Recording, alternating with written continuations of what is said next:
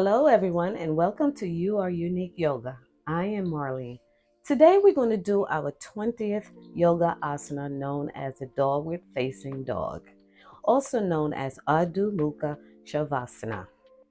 Now, before we do this pose, we're going to come into a comfortable seating position, and we're also going to just keep it. This is going to be a short video today.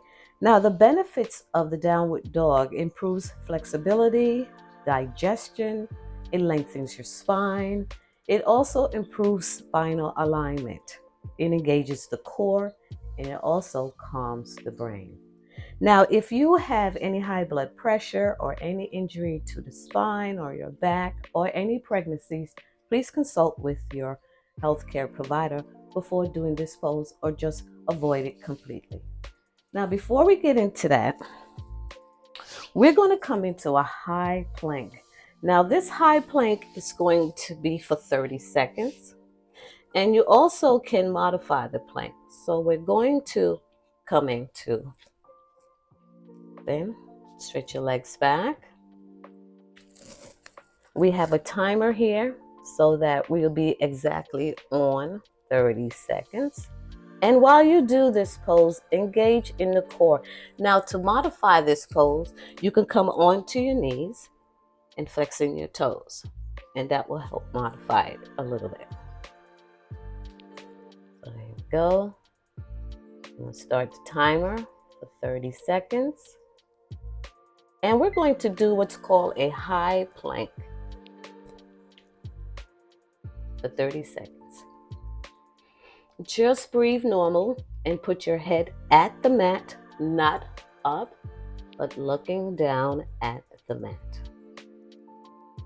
And your feet are planted along if you have alignments in your mat.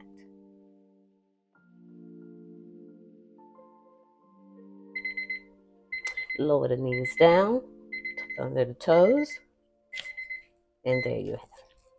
Normally, this pose is usually done for at least a minute and a half or so. Let's come to our sit bones a little bit. Now, when we get into this pose, just put that over there. You're going to come into what's called tabletop. So you bring yourself forward over, and tuck your feet. And when you come into tabletop, you're going to notice that your position is going to be a full square, like it'll be lined and go across this way. And when you do, you tuck your toes under, like so. Let's just practice that. Just lift our toes up, put them down, and tuck. Down, and tuck. If you notice that when you do this, you're engaging the core. And when you're coming up to downward dog, your buttocks and your hips are just slightly up, not sink in, but up and not down. It really just has a push up into your hip joints and also into your thighs, your quadriceps, and your hamstrings. So when you do this, you engage the core. Remember, it's not down. Lift up. It's not like this. It's lifting your hips up. And you press into the feet and you bring it up.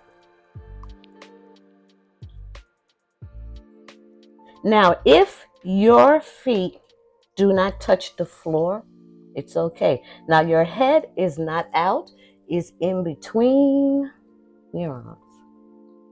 And stretch your hips back.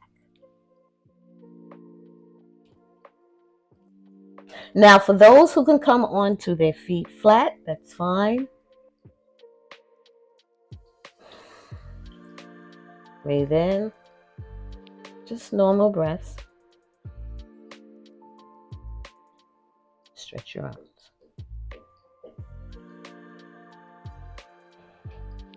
Just taking normal breaths. Let's breathe in.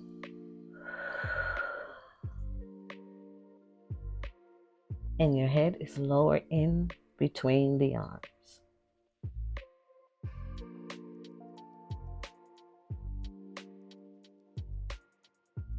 Now, like I said, if your feet do not plant down onto the mat, that's fine.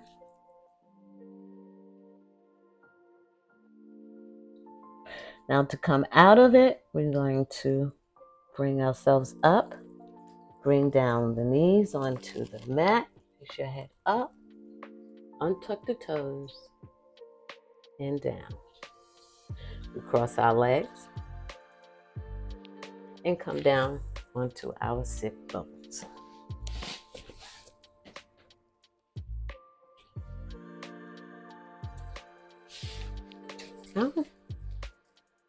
And there it is. That is the downward facing dog. I hope you enjoyed this video, and we'll see you next time on the mat. Namaste.